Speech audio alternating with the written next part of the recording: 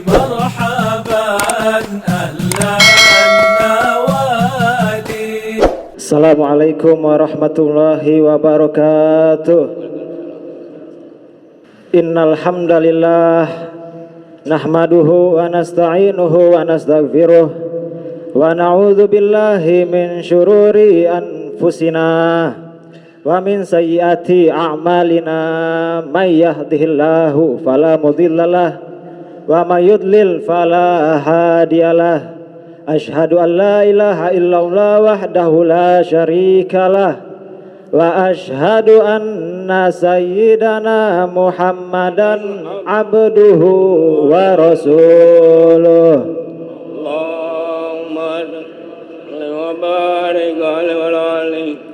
Allahumma salli wa sallim wa barik wa karim wa majid wa azim ala sayyidina wa habibina wa syafi'ina Muhammad sallallahu alaihi wasallam. Ibadallah, usikum wa nafsi bitaqwallah. Ittaqullah haqqa tuqatih wa la tamutunna illa wa antum muslimun. Faya ibadallah, innallaha ya'murukum bittaqwa taqwal ilahil wahidil ahad al-kasyafa lil kurab ilzam faraidahu watruk maharimah wa'taq layalika wal ayyam fil kurab. Amma ba'd. Ma'asyiral muslimin wa zumratal hadirin rahimakumullah, perkenankanlah saya untuk mewasiatkan kepada diri saya sendiri khususnya dan juga kepada para hadirin umumnya untuk selalu dan senantiasa dan terus menerus meningkatkan dan memperbarui kadar ketakwaan kita kepada Allah Subhanahu wa taala.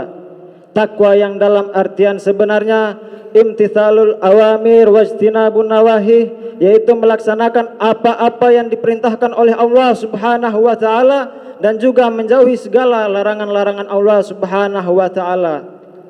Dengan ketakwaan maka terbukalah segala problem-problem masalah kita, terbukalah segala kesusahan-kesusahan yang dialami kita hanya dengan ketakwaan kita kepada Allah Subhanahu wa taala, sebagaimana yang Allah firmankan langsung di dalam surat Al-Qur'an. Allah Subhanahu wa taala berfirman, "Wa man yattaqillaha yaj'al lahu makhraja wa yarzuquhu min haitsu la yahtasib."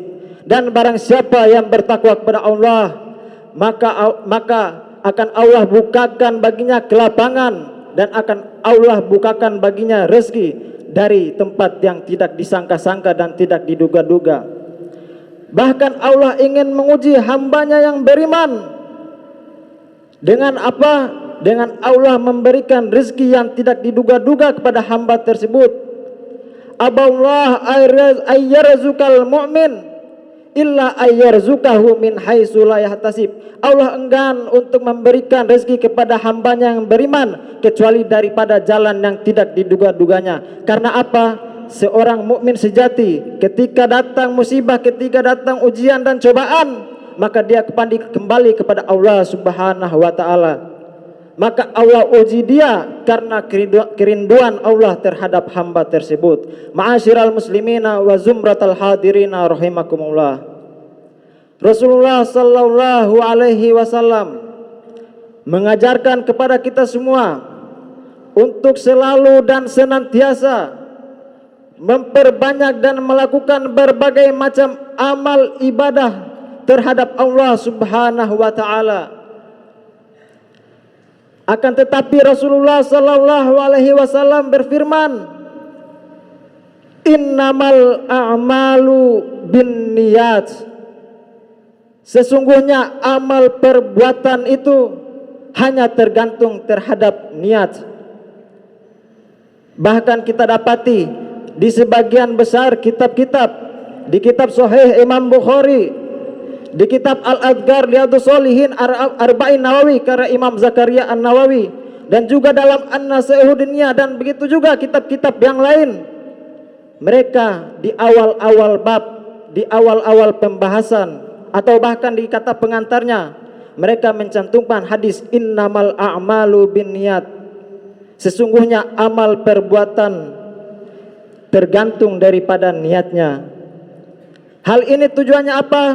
Agar mereka pertama, mereka meniatkan yang baik, yang soleh, yang bagus, yang ikhlas, yang bermanfaat ketika mereka mengarang kitab tersebut. Dan juga diniatkan kepada orang-orang yang akan mempelajari kitab tersebut agar senantiasa tidak lupa meniatkan dengan niat yang baik dan niat yang soleh ketika mempelajari kitab-kitab karangan mereka. Bahkan Al-Imam Syafi'i rahimakumullah, beliau menafsirkan dari hadis Rasulullah sallallahu alaihi wasallam, innamal a'malu, di situ ditafsirkan oleh Imam Syafi'i, innama yasihu al-a'mal binniyat. Sesungguhnya amal perbuatan itu hanya akan sah, kata Imam Syafi'i, kecuali didasari dengan niat-niat. Makanya dalam kitab Imam Syafi'i, kita segala sesuatu harus berniat. Kita berwudu wajib niat, kita sholat wajib niat, kita zakat wajib niat, kita haji wajib niat. Bahkan para salafus soleh pada zaman dahulu rahimakumullah, yurabbuna auladahum bin niat kama yurabbuna fil fatihah. Mereka saking mementingkan, saking mengutamakan, saking memprioritaskan tentang niat, mereka mendidik anak-anak mereka, mereka mendidik murid-murid mereka untuk selalu memperbaiki dan memperbagus niat-niat mereka dalam segala hal. Sebagaimana mereka mendidik anak-anak mereka dalam memperbagus bacaan Al-Fatihah. Para salafus soleh zaman dulu mereka belajar memperbagus bacaan Fatihah bukan hanya sehari dua hari, sebulan dua bulan, bahkan bertahun-tahun. Karena apa? Karena Fatihah adalah bacaan yang wajib di dalam solat. Kalau tidak benar bacaan Fatihahnya, maka tidak sah solatnya. Maka mereka betul-betul dalam mengajari dan mengawasi bacaan Fatihah anak didiknya. Begitu juga dengan niat. Maka tak heran ketika anak-anak mereka akan keluar dari rumah, entah itu pergi ke masjid, entah itu pergi ke madrasah, mereka tanamkan dalam hatinya niat yang baik kepada anak-anaknya. Nanti kalau keluar ketemu rumput atau duri di jalan, singkirkan. Kalau kita melihat ada orang yang ribut tua atau berpapasan dengan sesama kaum muslimin, sampaikan salam dan jabat tangannya. Kalau engkau melewati masjid kemudian pintu masjidnya terbuka, maka tutupi pintu masjidnya agar binatang-binatang yang liar tidak memasuki masjid tersebut. Mereka tanamkan niat yang seperti itu, walaupun belum tentu si anak atau si murid mendapati hal yang itu. Ini karena dasarnya niat. Makanya disebutkan an-niyah matiyah.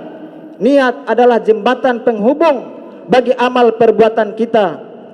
Makanya Ibnu Ruslan di dalam kitabnya Sohfatuz Zubat, karangan beliau yang berupa 1000 bait tentang syair-syair yang di dalamnya mengandung ilmu fikih, ilmu usul fikih, ilmu tasawuf, bahkan ilmu tauhid, dikarang dalam 1000 bait, yaitu Sohfatuz Zubat.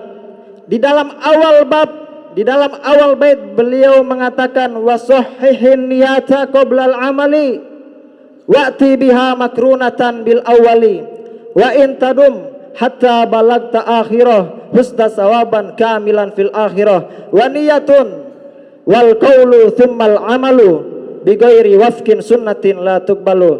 Maka perbaikilah niat qoblal amali, kata Ibnu Ruslan, perbaikilah niat kalian sebelum mengerjakan segala sesuatu, sebelum mengerjakan amal ibadah kita. Wa'ti biha makrunatan bil awali, kemudian datangkanlah niat itu berbarengan dengan perbuatannya. Wa in tadum, kata beliau, apabila engkau konsisten, engkau istiqomah, engkau jaga, engkau rawat niat engkau tersebut sampai engkau melaksanakan hajatmu, sampai engkau laksanakan amalmu, hatta balagta akhirah, sampai akhir, husna sawaban kamilan fil akhirah, maka engkau akan mendapatkan pahala yang besar di sisi Allah. Makanya dalam hadis Nabi dikatakan niatul mu'min khairun min amalih, niatnya seorang mukmin itu lebih baik daripada amal ibadahnya.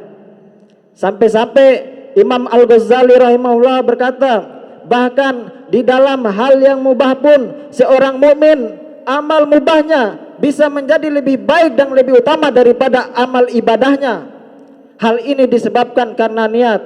Makanya beliau mengatakan, seandainya engkau makan atau engkau minum dengan niat untuk beribadah, menguatkan tubuhmu dan rohanimu untuk beribadah kepada Allah Subhanahu wa taala, dan berbagai hal yang lain kau niatkan yang baik-baik.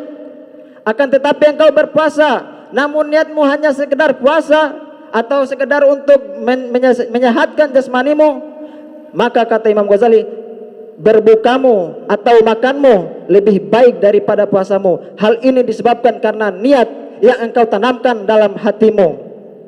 Ma'asyiral muslimin wa zumratal hadirina rahimakumullah.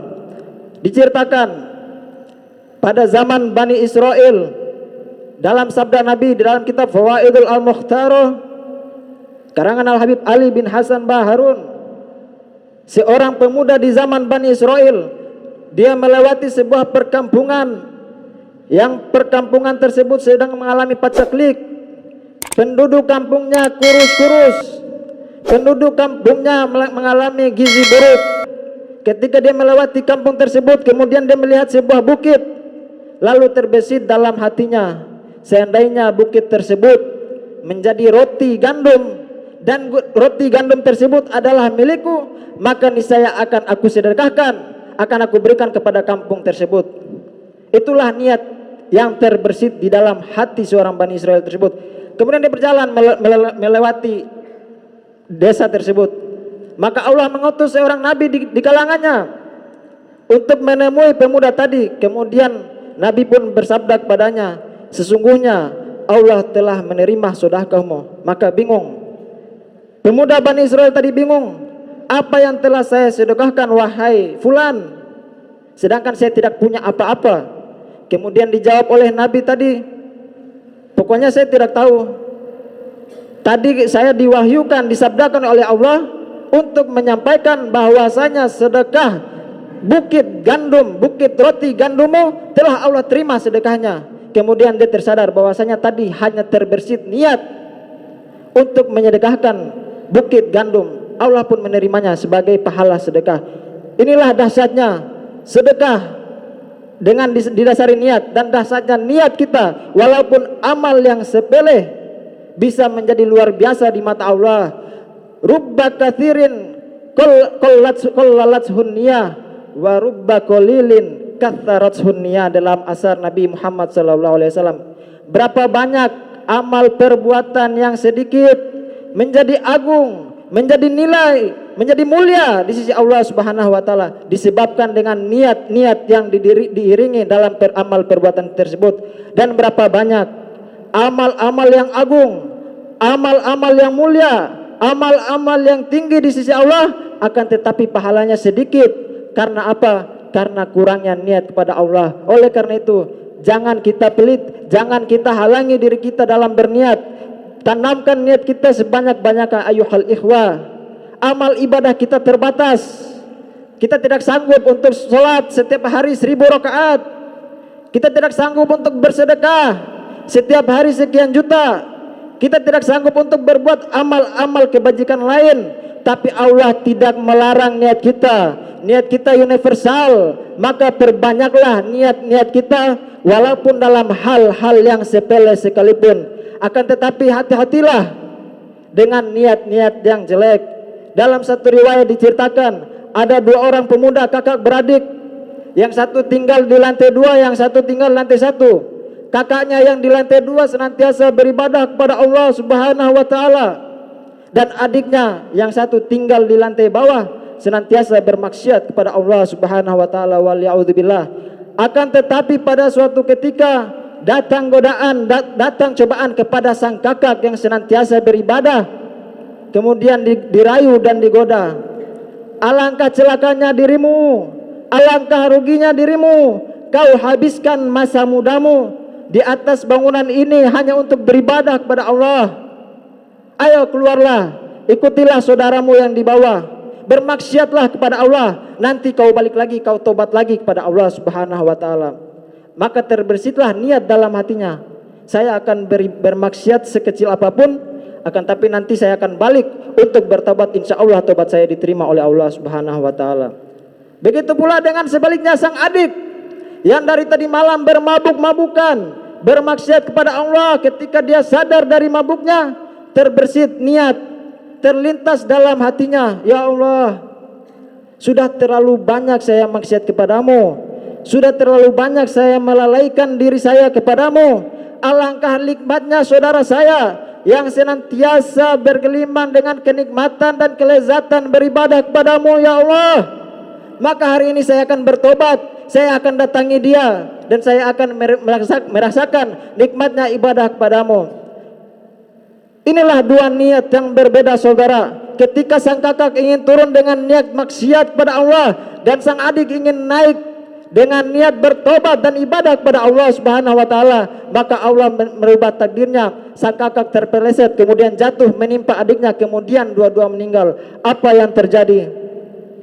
Sang kakak yang tadinya ahli ibadah, banyak ibadahnya, dia meninggal, dikumpulkan dalam keadaan apa? Berniat untuk bermaksiat kepada Allah Subhanahu wa taala. Sedangkan sang adik yang seluruh hidupnya digunakan untuk maksiat, dicatat oleh Allah dia berniat untuk bertobat dan beribadah kepada Allah Subhanahu wa taala. Makanya Ibnu Ruslan mengatakan, "Wasahihin niyata qoblal amali." Maka perbaikilah niat-niat kita, jagalah niat-niat kita, rawatlah niat-niat kita, senantiasa perbanyak niat-niat kita kepada Allah Subhanahu wa taala. Kalau orang yang materi, orang yang duniawi, orang ekonom, maka mereka senantiasa jargonnya time is money. Waktu adalah uang.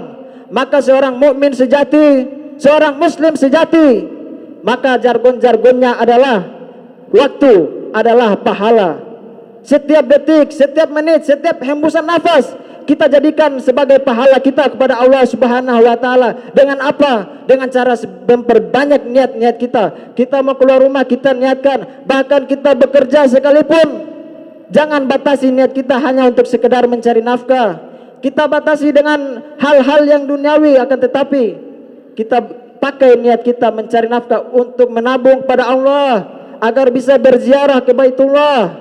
Maka ketika kita niatkan amal nafkah kita, amal kerjaan kita, setiap tetes, setiap keringat yang jatuh ketika kita mencari nafkah dicatat oleh Allah Subhanahu wa taala sebagai persiapan untuk menuju Baitullah.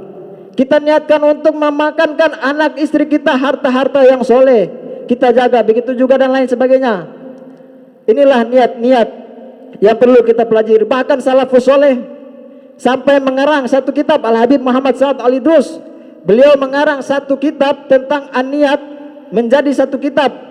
Dari bangun pagi, tidur, sampai pakai minyak wangi pun ada niat tersendiri. Bahkan kita masuk ke WC, ke kamar mandi, itu pun ada niatnya. Makanya orang salafus soleh, mereka jargonnya adalah apa? Setiap waktu adalah pahala baginya. Maka kita pun senantiasa berusaha meniru dan meneladani apa yang telah diajarkan dan diperintahkan oleh mereka semua. Kita berusaha untuk menanamkan niat-niat yang baik, dan kita berusaha untuk timbulkan niat-niat yang baik di hati kita. Jangan pernah kita perkecil diri kita. Kita kembali kepada Allah Subhanahu wa taala. Kita bertobat kepada Allah Subhanahu wa taala. Kita minta ampunan kepada Allah Subhanahu wa taala atas segala kelalaian-kelalaian kita. Allahumma ja'al jam'an hadza jam'an marhuma wa tafarruqana min ba'dihi tafarruqan ma'suma wa la taj'al fina wa la minna wa la ma'na syaqiyya wa la mahruma. Wa sallallahu ala sayyidina Muhammadin wa ala alihi wasallam walhamdulillahi rabbil alamin. Inna sanal kalam kalamullahil malikil alam. Wallahu subhanahu wa ta'ala yaqul wa biqaulihi yahtadil muhtadun fa idza quri'al qur'an fastami'u lahu wa ansitu la'allakum turhamun. A'udzu billahi samil alim minasyaitonir rajim. Bismillahirrahmanirrahim. Wal asri innal insana lafi khusrin illa alladzina amanu wa 'amilus solihati wa tawasaw bil haqqi wa tawasaw bis sabr. Barakallahu li wa lakum fil Qur'anil azim. Wa nafa'ani wa iyyakum bima fihi minal ayati wa dzikril hakim wa taqabbala minni wa minkum tilawatahu innahu wasamiul alim. Aqulu qouli hadza wa astaghfirullahal azim li wa lakum wa lisairil muslimina wal muslimat fastaghfiru min kulli dhanbin innahu huwal ghafurur rahim. Allahumma salli ala sayyidina Muhammad wa ala ali sayyidina Muhammad. Alhamdulillah, Alhamdulillahi hamdan kama amar, wa asyhadu an la ilaha illallah wahdahu la syarikalah, irghaman liman jahada bihi wa kafar, wa asyhadu anna sayyidana Muhammadan abduhu wa rasuluh, sayyidul khalaiki wal bashar. Allahumma salli wa sallim ala sayyidina Muhammadin wa ala alihi wa sahbihi mattasalat ainun binadhar wa udhunun bi khabar. Amma ba'd, fa ya ma'asyiral muslimin, usikum wa nafsi bi taqwallah. Ittaqullah wa dharul fawahisha ma dhahara minha wa ma batan, wa hafidhu ala huduril jum'ah wal jamaah, wa'lamu anna Allah amarakum bi amrin bada'a fihi bi nafsihi wa sanna bi malaikati musabbihati bi qudsihi. Faqala ta'ala wa lam yazal qailan alima, inna Allaha wa malaikatahu yusalluna 'alan nabi, ya ayyuhalladzina amanu sallu 'alaihi wa sallimu taslima. Allahumma salli wa sallim wa barik 'alaihi wa ala alihi. Allahumma salli wa sallim ala sayyidina Muhammadin wa ala alihi wa sahbihi wa ajmain.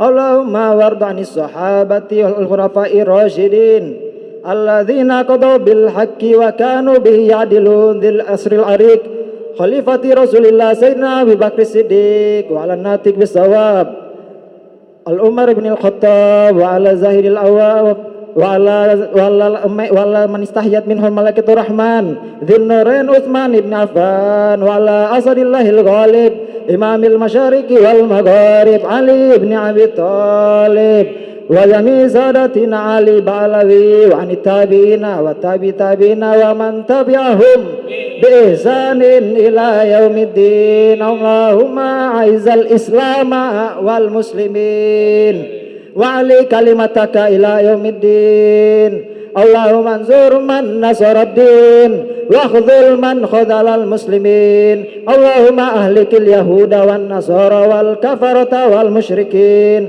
Allahumma aminna fi durina wa aslih ulata umurina waj'alillahumma wilayatana fi man khafaka wattaqak. Allahumma adfa'annal ghala wal waba wal riba waz zina waz zalazila wal mihan wa su'al fitani ma dhahara minha wa ma batan an baladina hadha khassa wa an sairi biladil muslimina amma ya rabbal alamin. Allahumma fir lil muslimina wal muslimat wal mu'minina wal mu'minat al ahya'i minhum wal amwat birahmatika ya arhamar rahimin. Ma'asyiral muslimin, inna Allaha ya'murukum bil adli wal ihsan wa ita'i dzil qurba wa yanha 'anil fahsya'i wal munkar wal bagh ya'idzukum la'allakum tadhakkarun. Fadhkurallahal 'azima yadhkurkum was'aluhu min fadlihi yu'tikum washkuruhu 'ala ni'amihi yazidkum wa la dzikrullahi akbar.